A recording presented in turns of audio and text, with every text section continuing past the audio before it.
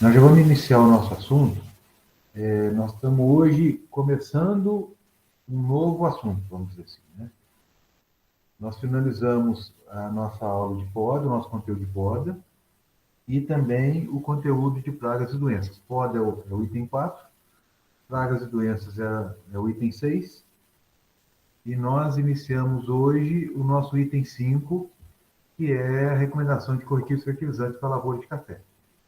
Esse assunto ele vai ser um assunto bastante longo, né? Nós vamos trabalhar aí em torno de 2 a 3 semanas com ele.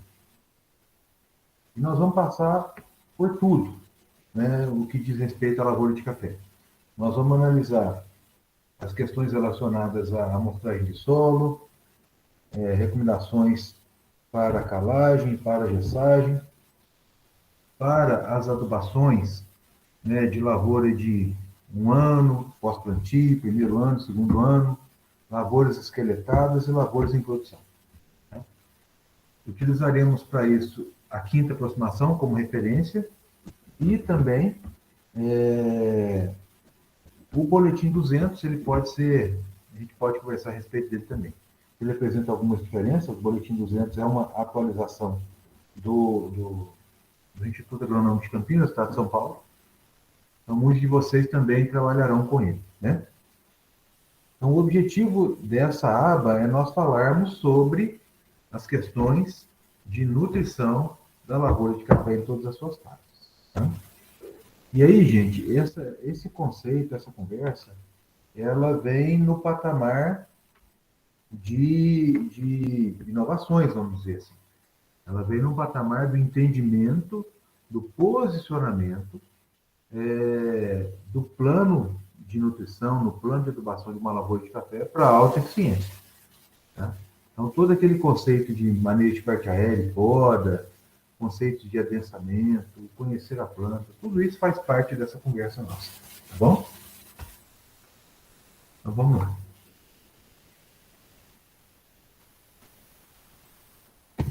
Muito bom.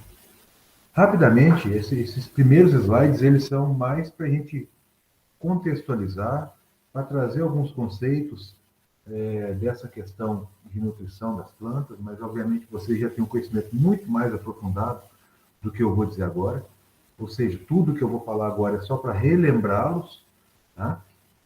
E isso vocês já tiveram em outras disciplinas, com maior profundidade. Os elementos, eles são classificados, então, como essenciais, úteis e tóxicos.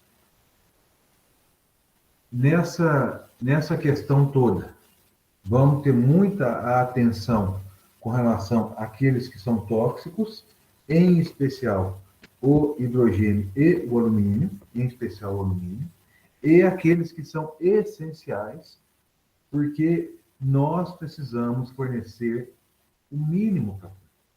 Nós precisamos fornecer para ela todos esses elementos essenciais de maneira equilibrada, para que ela consiga completar todos os seus ciclos metabólicos, né? Os elementos úteis são aqueles que não são essenciais, porém colaboram, tá? Eles auxiliam a planta. Um exemplo típico disso aí é o silício, né? O silício relacionado à resistência a pragas. Isso é uma situação que vem sendo trabalhada há algum tempo, inclusive com recomendações de termofosfatos, né, para corretivos ou mesmo fertilização de fósforo. Então, o que são esses elementos essenciais? Macro e micro, tá? Macro e micro em função de quantidade, não de importância, mas sim de quantidade. Carbono, hidrogênio e oxigênio, a planta dá jeito. Nós fornecemos macro primário e macro secundário, tá? Nitrogênio, fósforo, potássio, isso aí já é de praxe, em fertilização simples, em fertilizantes formulados.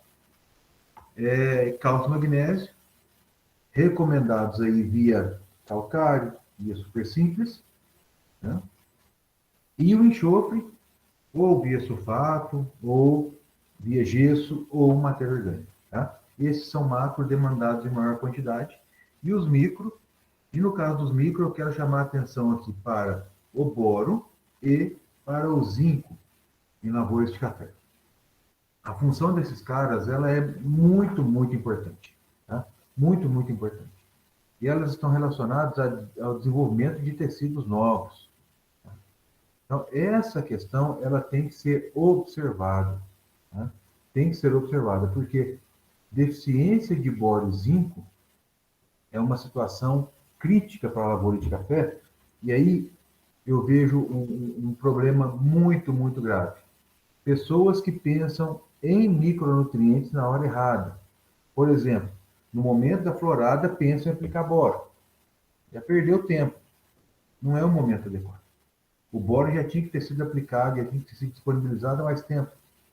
Até mesmo porque o boro é um elemento que ele é lento, ele é uma lesma dentro da planta. Ele tem que ser colocado com bastante antecedência para que ele possa estar no momento correto, na hora adequada. Tá?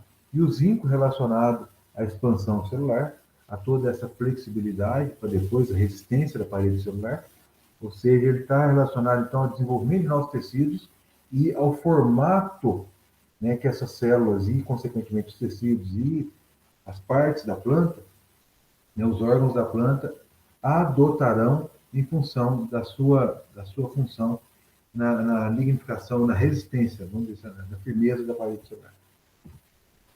Aqui uma tabelinha muito antiga, é de 1985, que foi apresentada pelo Instituto Brasileiro do Café, IBC, que fala, né, do quais são os nutrientes extraídos pelo fruto de café para cada 1.000 quilos de café em coco. Tá? 1.000 quilos de café em coco, entenda, parte vai ser exportada, que é a semente, e parte pode ficar na propriedade. Né? Para cada 1.000 quilos de café em coco, são 1.000 quilos de café coco, são 500 quilos de café, são 9 sacas. Tá? 9 sacas de café. Então, 22 quilos de nitrogênio com uma equivalência, com a proximidade aqui do potássio. O fósforo em menor quantidade, o grande problema do fósforo é a absorção dele no solo. E aí vem os macros secundários, cálcio, magnésio e o enxofre, e aqui boro, zinco e cobre. Tá? E aí vale aqui a observação para zinco e para o cobre. Numa planta de 10 anos, um trabalho também que foi feito bastante antigo, mas ele para nós ele é muito importante. Numa planta de 10 anos de idade, mundo novo, com 3 metros de altura, já adulta, já com 8 safras, o que essa planta extrai? O que essa planta retém nela? 68 gramas de nitrogênio. Multiplique isso aí por 4.000 plantas por hectare.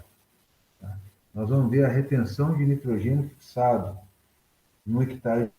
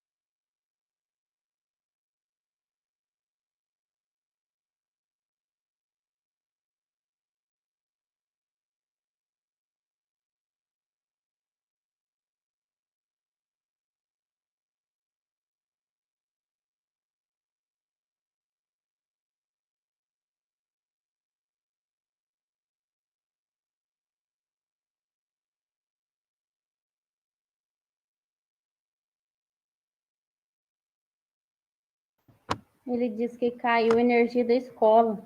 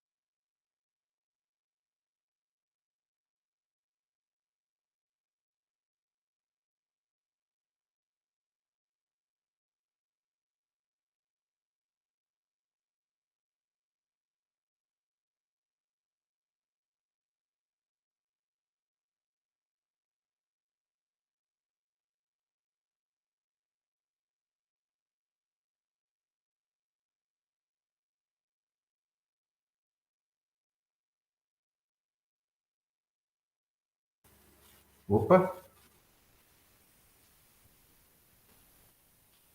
vamos voltar.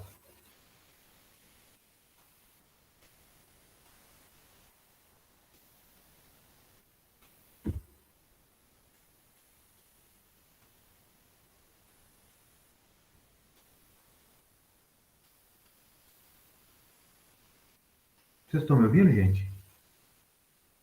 Sim, Zé. Então, tá bom. Vamos continuar aqui? Então, observem que a planta retém uma quantidade semelhante de nitrogênio e de potássio. Tá? Daí, vocês vão compreender por que muitos adubos que são fornecidos para a lavoura de café têm a equivalência em nitrogênio e potássio. Por exemplo, 20,0020, 20,0520, 25,0025. Isso aí é devido a esse equilíbrio de demanda de nitrogênio e de potássio, tanto na planta quanto nos frutos. Tá? Esse comportamento ele segue. Bom, aqui uma tabela que diz o que é absorvido para produção de 60 quilos de grãos e 60 quilos de casca. Existe uma relação entre grão de café e casca. 1 quilo de casca, 2 quilos de frutos produz 1 quilo de casca, 1 quilo de grão. Tá?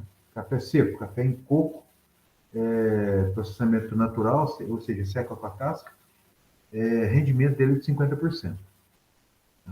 Então, existe aí, observem, nos grãos de café, para cada uma saca de grãos de café, são exportados em torno de 1 quilo de nitrogênio, em torno de 1 quilo de potássio, e mais cálcio, magnésio, enxofre e o fósforo. E o detalhe aqui é a casca. Né? Para cada, para cada uma saca de café beneficiada, gera 60 quilos de casca. Nesses 60 quilos de casca, tem 1 quilo de nitrogênio e em torno de 2,2 kg de potássio. Aí observem isso, porque é tão importante pensar no destino da casca do café. Tá? É fonte de potássio. Se a gente imaginar uma propriedade que está produzindo aí 40 sacas por hectare, deixa eu pegar minha calculadora aqui, 40 sacas por hectare vezes 2,2 são 88 quilos de potássio, que pode voltar para essa área. Né? E isso aí substituir uma adubação, economizar numa adubação. Porque ainda tem uma questão muito interessante com relação ao potássio. O potássio, ele não está ligado a moléculas orgânicas. Tá? Então, qual é a resposta prática disso, o apontamento prático disso? Solubilidade rápida. O potássio da casca de café, num período de 90 dias em chuvas regulares, ele tá todo ele disponibilizado à planta. Aí é uma quantidade considerável. É uma lavoura aí que produz 40 sacas por hectare. A palha dessa lavoura, ela vai fornecer quase 90 quilos de potássio para aquele hectare, retornando isso como adubação orgânica. Então, isso é importante de se considerar. No caso do nitrogênio, são 40 quilos de nitrogênio que está indo via palha. Só que o volume disso é um volume considerável. E uma questão muito interessante que eu quero me referir à palha é que essa palha não precisa ser decomposta para ser retornada à lavoura. Tá?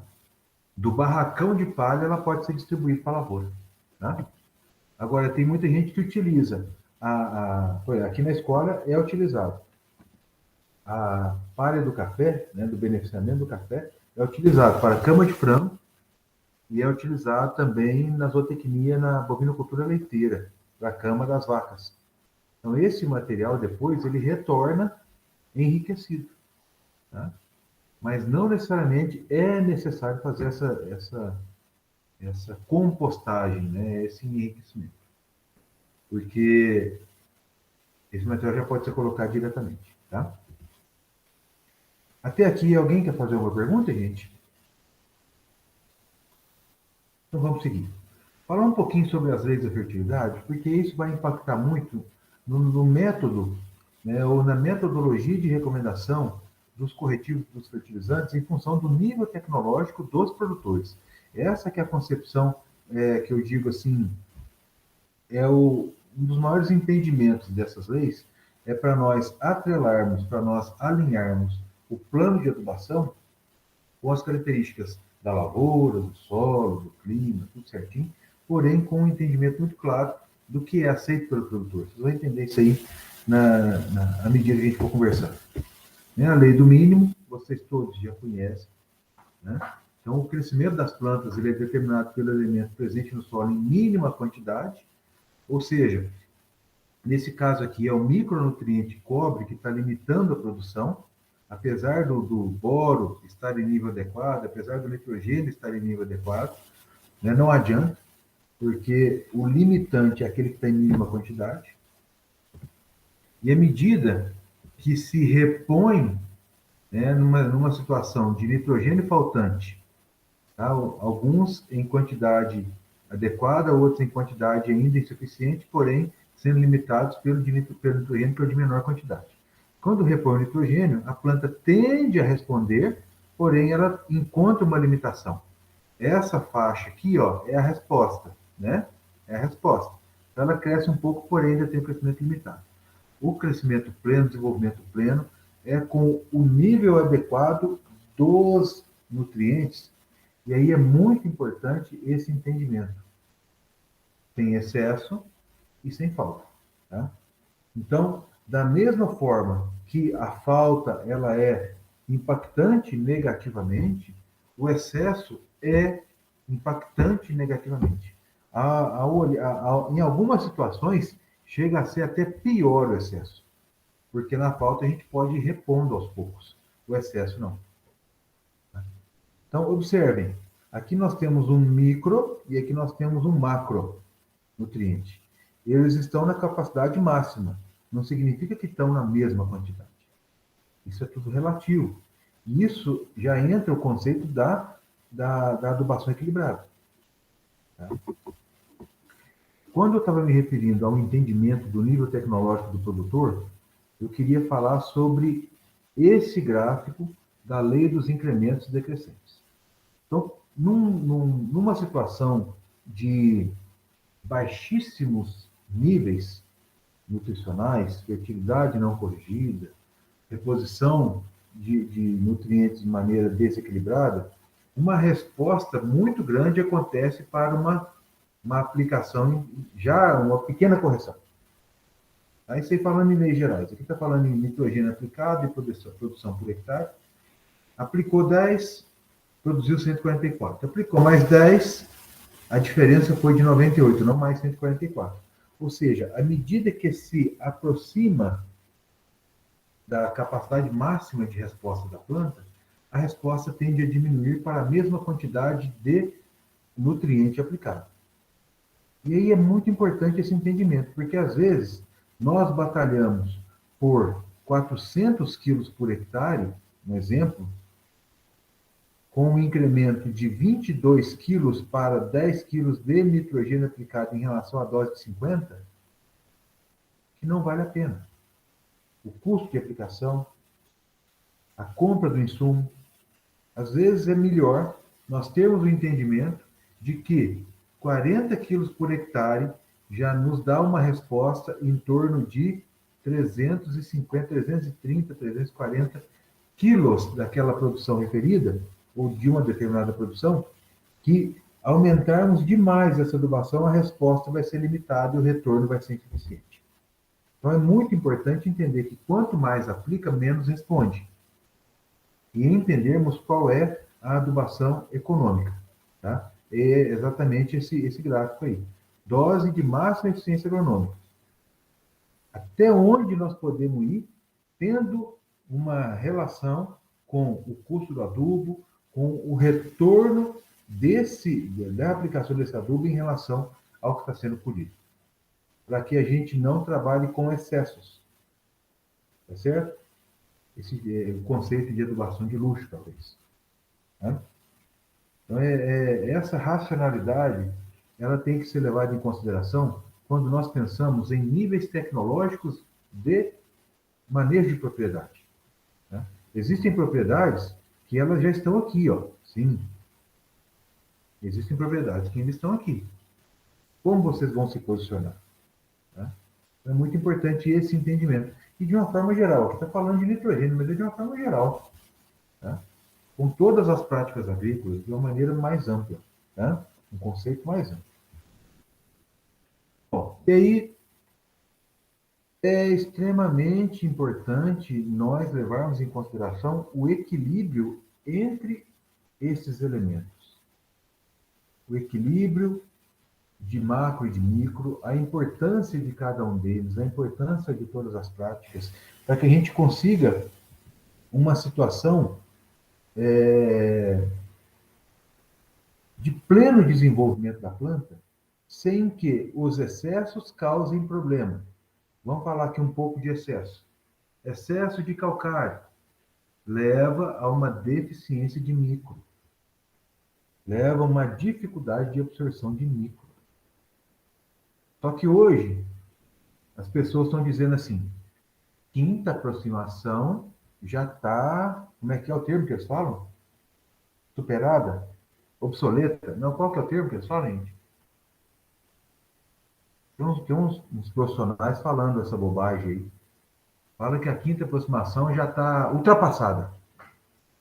Que agora não é mais um V de 60%. Agora nós trabalhamos com um V de 70%.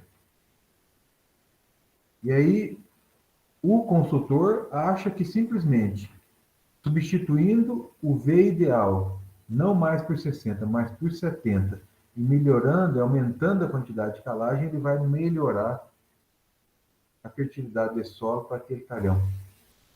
Isso é muito pobre. Isso é muito simplista. Isso chega a ser, ao meu ver, até irresponsável. Isso aí demonstra para mim uma falta de conhecimento no contexto geral muito grande. Tá? Porque quando a gente fala que tem que aumentar a quantidade de calcário, que hoje o V de 60% está ultrapassado, nós vamos trabalhar com o V de 60, de 70%, mas não fala para o produtor qual é o comportamento disso com relação, o que leva a isso com relação a micronutrientes, porque vai subir o pH do solo, vai diminuir a capacidade de absorção de micro. O cafeeiro já é uma planta que já demanda demais de boro e zinco. Então, são situações que têm que ser acompanhadas e não simplesmente uma ação de elevar o V em 70%, alegando que a quinta aproximação ela está ultrapassada. Faço uma pergunta para vocês. Uma pergunta rápida, e aí vocês vão responder com a experiência de vocês.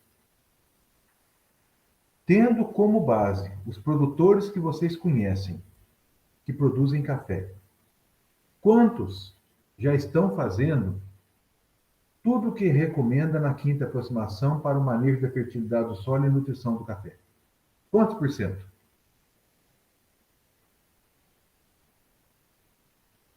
Vou repetir a pergunta. Dos produtores de café que vocês conhecem, quantos aplicam realmente tudo o que a quinta aproximação recomenda? Eu acho que dos que eu conheço dá uns 20% só, Zé. Obrigado, Natália. Mais alguém?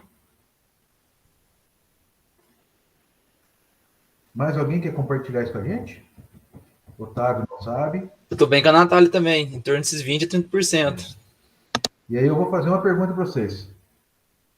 Considerando que 70% a 80% dos cafeicultores não fazem o que está na quinta aproximação, é justo dizer que ela está ultrapassada? Não, Zé. Não é. Alguma coisa só é ultrapassada quando tudo que se faz nela atinge um teto. Tá certo? Então tomem muito cuidado com as coisas que colocam na cabeça de vocês. Porque esse negócio de, não, nós temos que trabalhar com referências novas, tem que ser no mínimo de 5 anos, não é isso? Cuidado. O espírito crítico tem que estar sempre ativo. para vocês não admitirem verdades que não são verdades. Afinal de contas, vocês já estão se formando. Então é importante vocês observarem, tá? Quinta aproximação, ela está mais atualizada que nunca. Existem alguns materiais complementares? Existem artigos que falam de adubação nitrogenada em função de temperatura média, que fala em saturação, né, índice de saturação mesmo, B%, para alguns sistemas de manejo especiais. Agora, quando nós falamos em lavoura irrigada, quando nós falamos em lavoura adensada, quando nós falamos em sistema de safra zero, aí sim o pensamento ele muda. Mas, no geral, considerando que a nossa agricultura ela é em torno de 70% formada por agricultores familiares, que muitos deles ainda não fazem análise de solo todo ano, é muito pobre falar em V de 70%. Muito pobre. Que isso é uma inovação na cafeicultura. Isso é muito pobre. Chega a ser até cômico de alguns profissionais falarem uma bobagem dessa, né? Mas reflitam sobre isso. Excesso de nitrogênio. Nós teremos crescimento vegetativo. Crescimento vegetativo excessivo leva a um efeito de diluição de boro, cobre, zinco e ferro. Boro, cobre, zinco e ferro apresentam, mesmo que estando disponíveis, por esse estímulo ao crescimento em função da alta aplicação nitrogenada de nitrogênio, alta dose de nitrogênio, leva a um efeito de diluição. E além disso, esse material novo, né, essas folhas novas, esses meristemas novos, eles também estão mais suscetíveis a infecções fúngicas e bacterianas, no caso de foma e pseudomonas. Né? E eu ainda levo em consideração a cercosporiose, tá? Que a cercosporiose está muito relacionada ao equilíbrio de nitrogênio e potássio. O excesso de nitrogênio também pode levar a uma infecção mais aguda de cercosporiose na lavoura de café. Ou seja, não é só excesso, não é só a falta, o excesso também. Agora, vamos lá, excesso de potássio. O que o excesso de potássio traz? Deficiências induzidas de magnésio, cálcio e boro. Agora, de onde vem excesso de potássio, gente? A maioria das vezes, o produtor faz adubação de 25,0025, de 20,0520, de 20,0020. Lembra daquela tabela que eu falei para vocês de demanda de nitrogênio e de potássio? Elas são muito semelhantes? Então, o produtor ele já tem em mente que esse é o adubo do café. E aí não faz análise de solo, ainda tem potássio em nível bom no solo, e ele aplica uma quantidade de nitrogênio e de potássio semelhante, sem a demanda do potássio, porque já tem presente no solo. Então, essa alta concentração, esse fornecimento de potássio, ele vai levar uma dificuldade da planta em absorver magnésio, cálcio e boro. Por que isso aqui, gente? Por que o potássio leva a uma dificuldade de absorção de magnésio, cálcio e boro?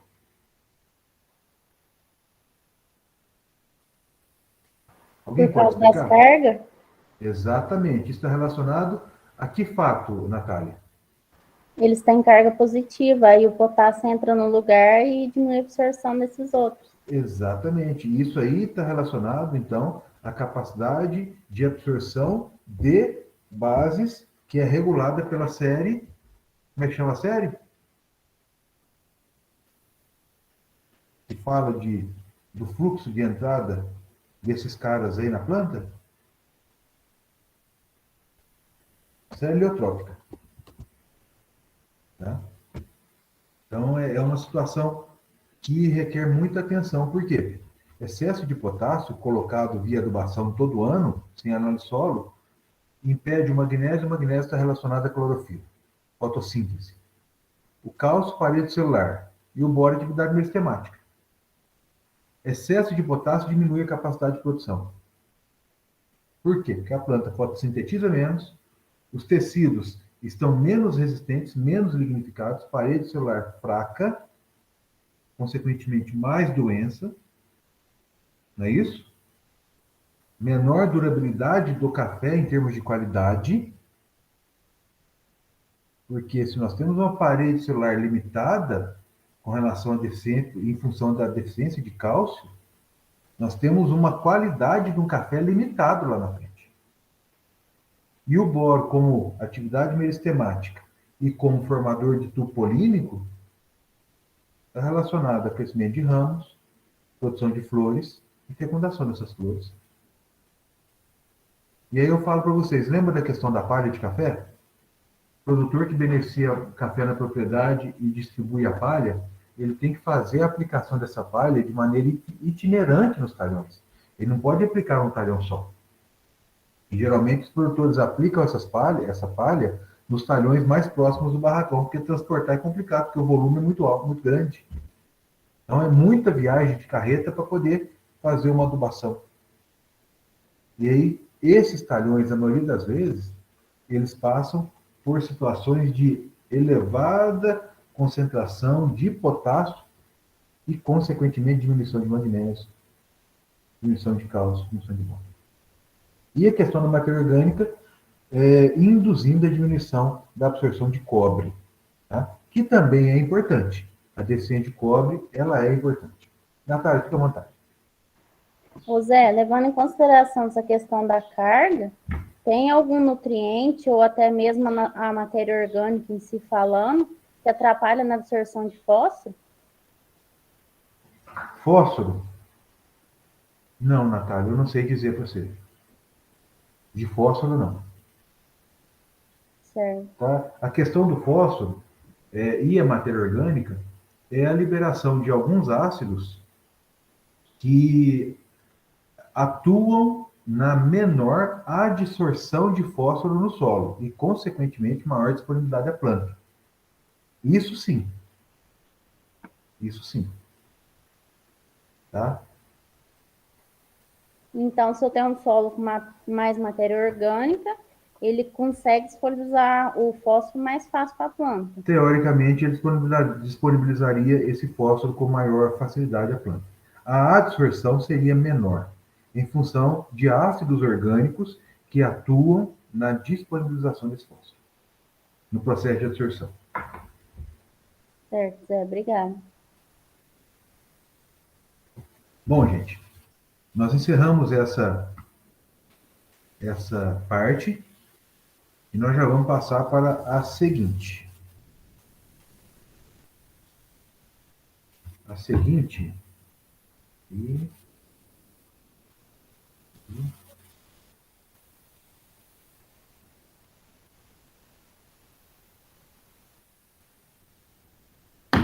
A seguinte nós vamos falar um pouco sobre a amostragem de solo. E essa também é uma reflexão extremamente interessante, né? Essa aula aqui, eu gosto muito de falar sobre ela, que fala sobre a análise de solo. Porque nós cometemos alguns erros que a hora que a gente reflete sobre isso, a gente não consegue conceber a ideia de por que nós erramos. Porque a explicação é tão lógica, as coisas são tão claras, que a gente vai fazendo as ações em campo, na prática, sem refletir sobre a teoria. E na análise de solo, na lavoura de café, isso aí é nítido, né? Eu já dei uma antecipada nessa conversa com vocês lá na aula de morfologia, quando eu falei do jeitão do sistema radicular, não é isso? Aí vocês já estão começando a lembrar do que eu falei lá atrás e o que é a mensagem dessa questão da análise de solo. E para a gente começar a falar dessa análise de análise de solo na lavoura de café, eu preciso trazer esses 3 passos aí que foram apresentados por Malavolta, Eurípides Malavolta, em 1983, 93. E isso é de uma profundidade técnica muito grande. Tá? Muito grande. Por quê? Porque existem muitas pessoas, muitos produtores, muitos consultores que não dão a devida atenção às questões de acidez, correção de acidez e uso de calcário e gesso. Muita gente coloca isso aí como não tão importante quanto a adubação. E aí o Malavolta traz para nós esses 3 passos aí, e ele fala o seguinte: a adubação, ela não vai ser apenas a aplicação do adubo. A adubação, ela começa conhecendo o solo. Depois é corrigir essa acidez, é tirar essa sujeira que ocupa essas cargas negativas do solo, para que a gente possa fazer o manejo correto da CDC. E aí sim, conhecendo o que tem no solo, corrigindo a acidez desse solo, tirando a acidez potencial,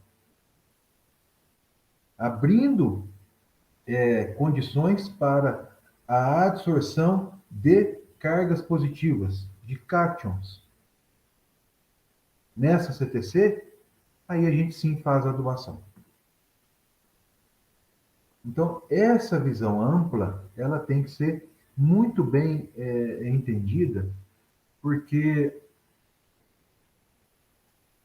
quando a gente abandona algumas práticas de manejo, porque são simples, né? A gente abandona e fala assim, isso é muito simples, isso aí é... Eu já escutei o produtor falando, calcário é rocha moída, isso aí não vai fazer diferença. Tem gente que não aplica calcário e gasta uma fortuna em adubo.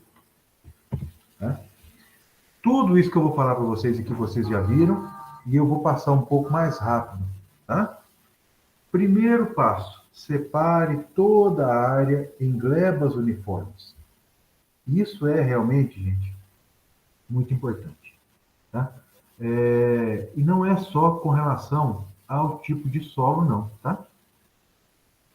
Em um solo uniforme, separe os talhões por espaçamento da lavoura, por idade da lavoura, por cultivar, por tipo de poda. Vai identificando esses talhões. Tá? Vamos imaginar um exemplo assim que muita gente não faz. O produtor tem um talhão lá de 4 hectares, de um café Catuai, por exemplo. Catuai vermelho, 144, espaçamento de 3 por 0,6, por exemplo. Plantado em 2010. 4.000 plantas. E o produtor decide fazer o esqueletamento em metade da área. Ali ele tem 2 talhões. Ele fez aquele talhão de 4.000 plantas virar 2 talhões de 2.000 plantas. Então é extremamente importante considerar, para individualizar esses talhões, as questões relacionadas ao solo, as questões relacionadas à face de exposição ao sol, a ventos, manchas de solo, detalhes relacionados à lavoura, espaçamento, idade, cultivar, tipo de manejo que é adotado. Tá? E lembrar o seguinte, em lavouras de café, a recomendação é que os talhões, por mais que sejam uniformes, não ultrapassem 5 hectares. Tá, então vamos imaginar que exista uma lavoura de 20 hectares contínua. São 4 talhões de 5 hectares. Tá? Façam subamostras, subcoletas ali. Talhão, café, 20.000 covas. Exemplo. 20.000 covas, 1, 2, 3 e 4. Não ultrapasse 5.000 plantas por talhão. Perdão, não ultrapasse 5 hectares por talhão. Vamos imaginar o seguinte, um plantio de 3 por 0,7. 3 por 0,7 é em torno de 4.500 plantas por hectare. Deixa eu fazer as contas aqui direitinho.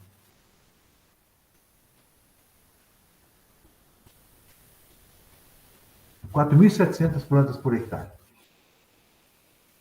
4.700 vezes 5 Nós estamos falando em aproximadamente 24, 23 mil plantas. 23 mil plantas aproximadamente. É muita planta de café. Isso aí em um talhão. Agora multiplique isso por 4. Nós estamos falando em quase 90 mil plantas. Se fosse considerado esse exemplo que eu estou falando de 20 mil plantas de café, de 20 hectares em um talhão só. Então façam isso aí em máximo de 5 hectares. Dentro de cada talhão, colha de 15 a 20 pontos. Isso vai ser caminhamento em zigue-zague ou caminhamento serpenteado. Vai numa rua, volta na outra. E aí tem uma questão muito interessante.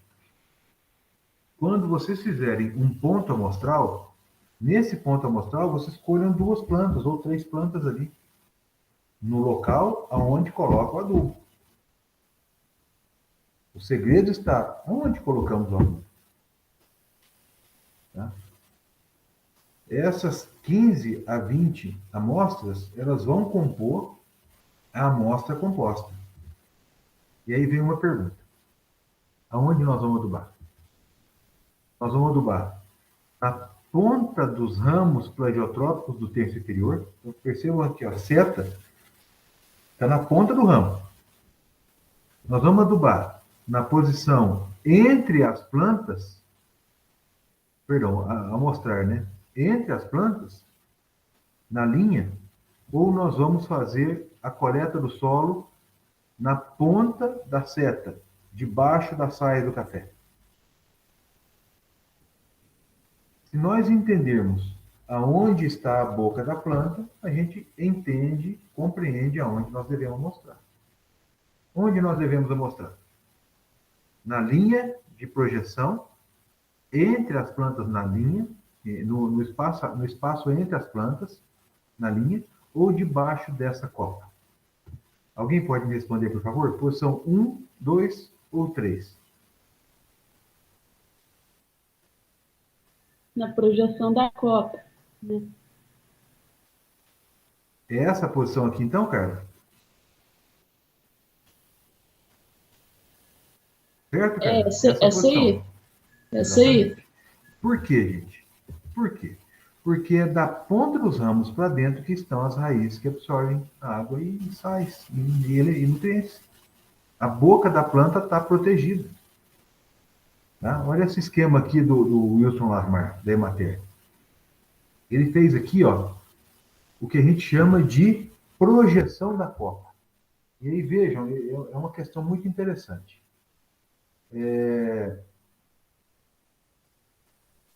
Vamos imaginar a mesa da cozinha da casa de vocês. A mesa da cozinha, se nós colocarmos uma lâmpada no centro dela, por cima, e essa lâmpada fazer aí um jato de luz, não é jato de luz, não, é um feixe de luz sobre essa mesa, vai ficar a sombra embaixo, não vai?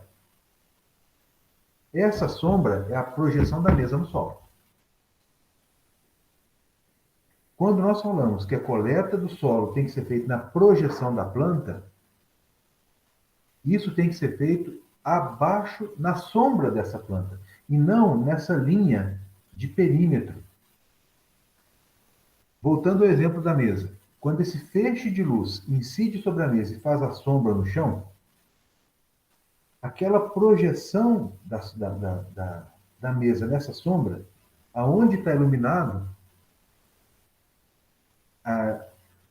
da divisa da sombra com a luz, é a linha de perímetro. É a linha que divide a projeção da mesa e aquilo que não está sob a mesa.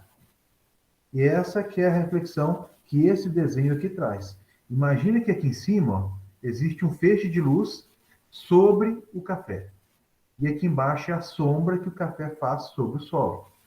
Então, isso é a projeção. A retirada do solo tem que ser feita sob a projeção da planta. E não na linha de divisão, não no perímetro, nessa linha de perímetro. As pessoas confundem projeção com essa linhazinha de divisa e faz a coleta na ponta. Não é a linha da pingadeira. O que é a linha da pingadeira? Se cai uma chuvinha de leve, ela vai escorrendo folha, folha, folha, folha, a gotinha vai escorrendo e ela vai fazer uma linha de pingadeira ali em torno da planta. É uma área molhada e uma área seca que está sob a planta. Porque a água não entra, as folhas vão fazendo como um efeito de guarda-chuva. E faz essa linha de pingadeira. Essa linha de pingadeira é essa aqui, ó. É a linha da projeção, mas isso aqui é perímetro, isso aqui não é projeção. Projeção é tudo que está aqui de baixo. Então, o local de retirada do solo para análise desse solo para planos de correção e fertilidade e nutrição é debaixo da planta. Nunca na ponta dos ramos. Nunca. Aqui. Aqui também eu não vejo recomendação. Também não recomendo. Aqui sim. Tá bom? Pergunta do Otávio. Zé, no caso de lavoura esqueletada, convém esperar a lavoura começar a brotar para adubar ou já adubar na sequência de esqueletamento? Espera. Tá? Corretivos você coloca, calcário, gesso, se for necessário, mas a adubação você espera. Muito bem. E aí observem esse trabalho do Antônio Vander Rafael Garcia, da Fundação Pro Café. Eles fizeram uma trincheira em uma lavoura de catuai de 11 anos de idade lá na Fundação Pro Café. Aqui, ó. Superfície do solo, 1 metro, 2 metros.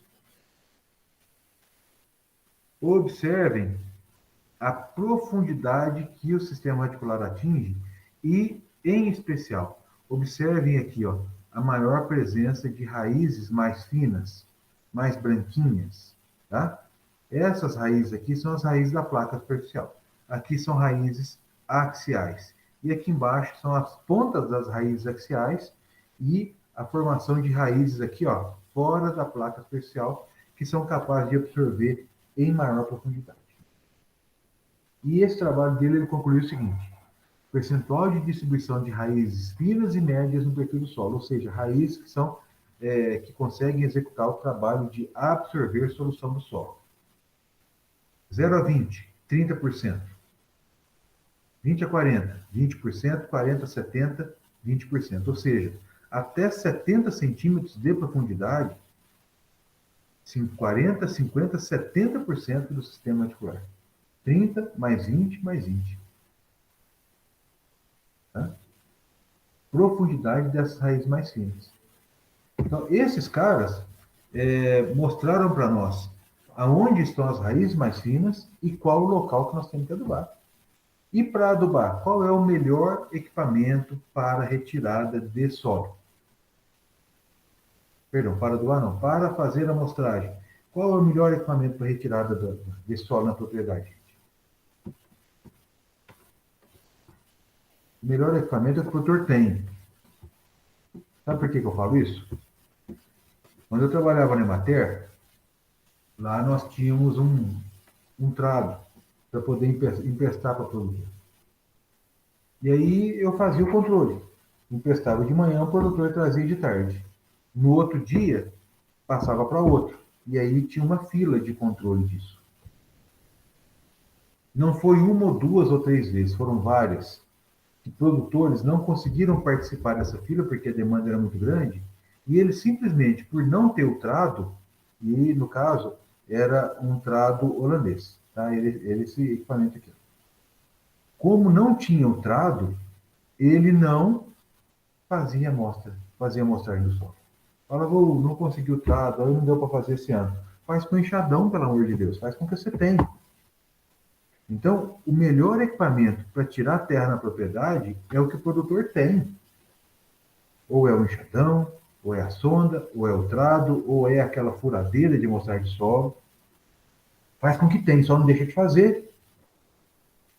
Tá? E aí é importante, um balde. Quando vai trabalhar com mais de uma profundidade, são 2 baldes e o saquinho de amostragem. E aí, gente, uma orientação. Quando for retirar, vou voltar aqui, ó. Eu vou voltar aqui. Quando for retirar a terra para, quando for retirar a amostra de solo para análise, vocês nunca raspem o solo com enxada. Tá? Nunca raspem. Abre a saia da planta, limpa aquele material vegetal que está ali, folha, galho que tiver, pequenos galinhos que tiver, limpa aquilo ali com as mãos. Não retirem terra. Não raspa para tirar solo. O que vocês raspam, esse 2, 3 centímetros que muita gente raspa e descarta, isso faz parte da análise de 0 a 20. Tá? No momento de retirar a terra, limpa a superfície do solo, faz a retirada dessa amostra de 0 a 20, no mesmo buraco tira de 20 a 40, se for ano de tirar 20 a 40, e coloca em baldes separados, faz a homogeneização dessas amostras, dessas subamostras, 15 a 20 pontos, e aí sim, desse material homogeneizado, coloca no saquinho para poder mandar para o laboratório com identificação e tudo mais. Tá? E um detalhe importante que eu quero deixar marcado para vocês aí, deixar bem frisado, para que não tenha dúvida. Todo ano nós devemos recomendar a amostragem de solo para análise em lavoura de café. Todo ano. Independente se é ano de safra alta, independente se é ano de safra baixa, independente se é esqueletado, se não é esqueletado, independente. Todo ano tem que fazer análise de solo. De 0 a 20. Tá? Sobre a saia. A cada 3, 4 anos, você faça uma análise de 20 a 40. Tá? Em solos com CTC maior, né? 13, 14, 15 centimol de carga, você pode trabalhar aí com intervalos maiores, 4 anos. Em solos mais arenosos, com CTC menor, né? Menor teor de argila, trabalhe com tempo menor, 3 anos. Tá? E no caso, se você fizer o cultivo da entrelinha com feijão ou com alguma outra cultura anual, faça também a análise desse solo em intervalos de 3 a 4 anos. Ou se for algo de alta tecnificação, tem que fazer todo ano também. Mas essa análise da entrelinha é no caso de cultivos intercalares. Certo? Aí a pergunta é, aonde adubar? Onde nós vamos colocar adubo? Nós vamos colocar adubo na parte de dentro, nesse solo protegido pela planta. Porque o que o produtor recebe de informação é o seguinte, você tira a terra onde aduba. Aonde aduba? A adubação tem que acontecer da parte de dentro, da ponta do ramo plagiotrópico do terço superior para dentro. E, consequentemente, a retirada do solo tem que acontecer para dentro. E aí veja o que acontece. Olha que situação complicada que acontece na prática. O produtor, ele vai colocar o adubo na parte limítrofe, nessa linha da pingadeira.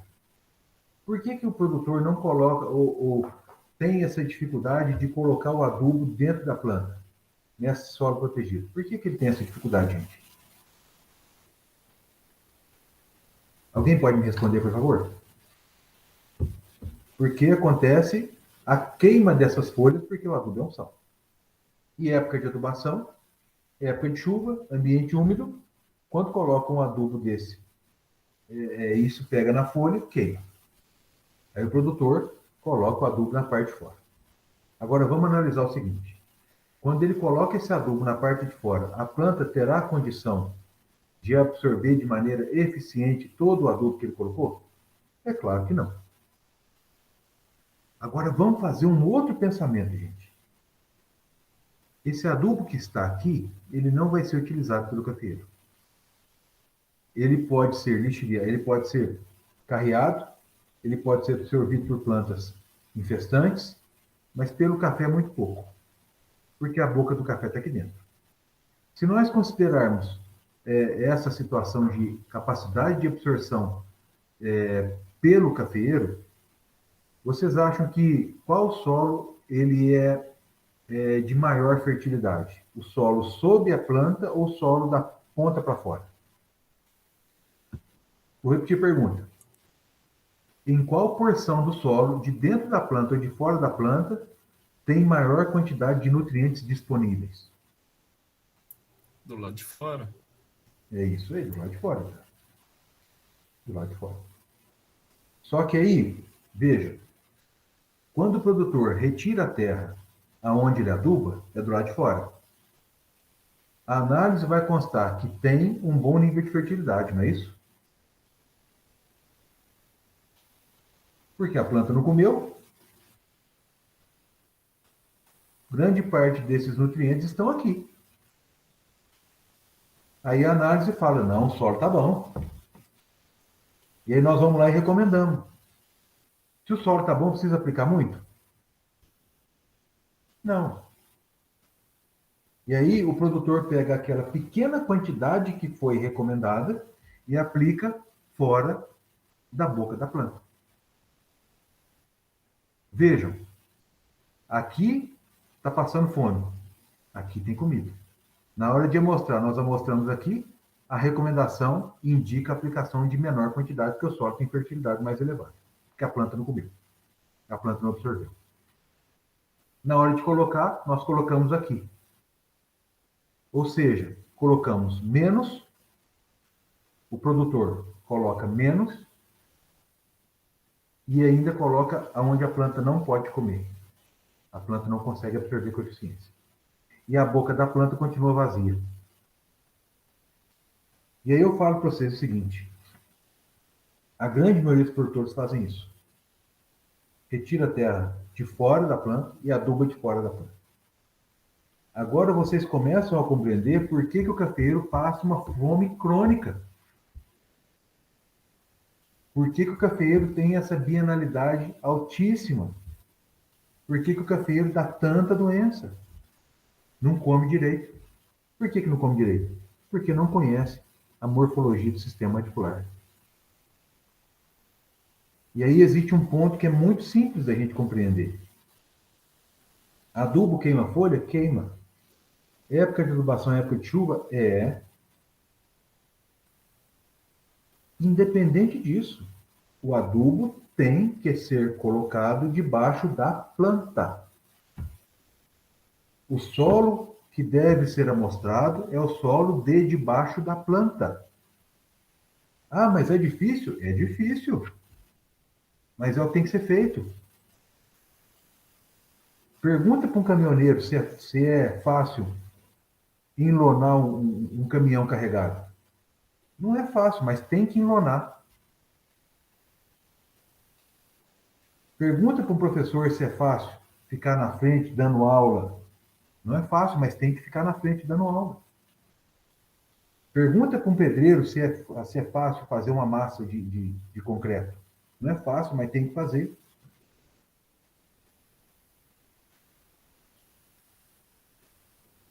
Vocês estão compreendendo o que eu estou dizendo?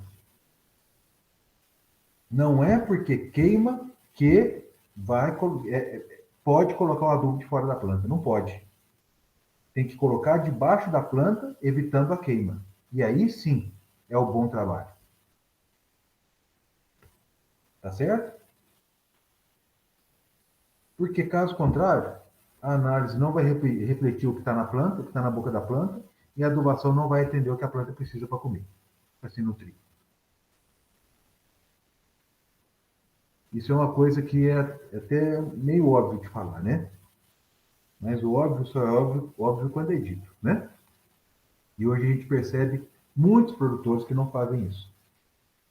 Aí a gente começa a analisar, olha a eficiência de uma adubadeira mecanizada. Porque a adubadeira mecanizada, ela sobe a saia do café para estar embaixo. E coloca o adubo, o disco de giratório que impulsiona o adubo, ele é regulado, a rotação desse disco é regulada, para poder o adubo ficar concentrado debaixo da planta e não ultrapassar a planta para o outro lado. faz uma aplicação muito interessante, né? Do adubo, sem queimar folha. Mas tudo tem que ser considerado, viu, gente? Alguém quer fazer uma pergunta?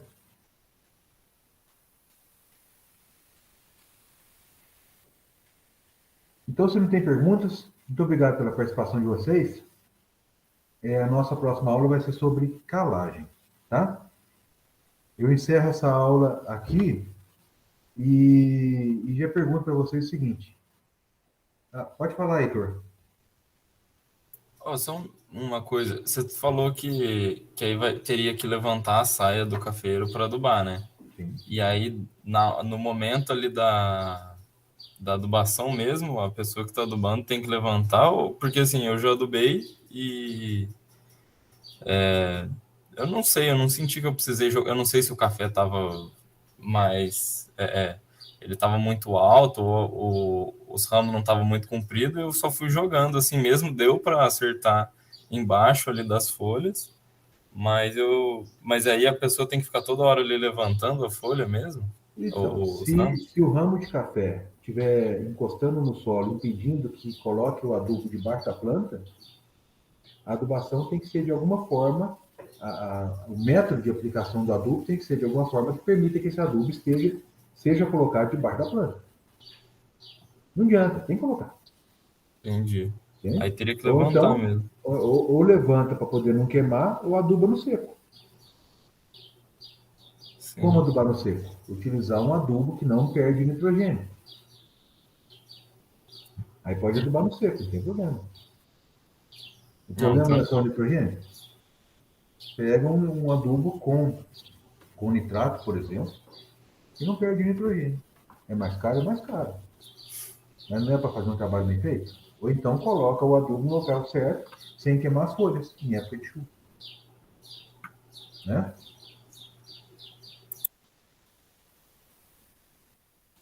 Moçada, então nós encerramos essas duas aulas daqui, essa de conceitos básicos e essa de amostragem, encerramos agora.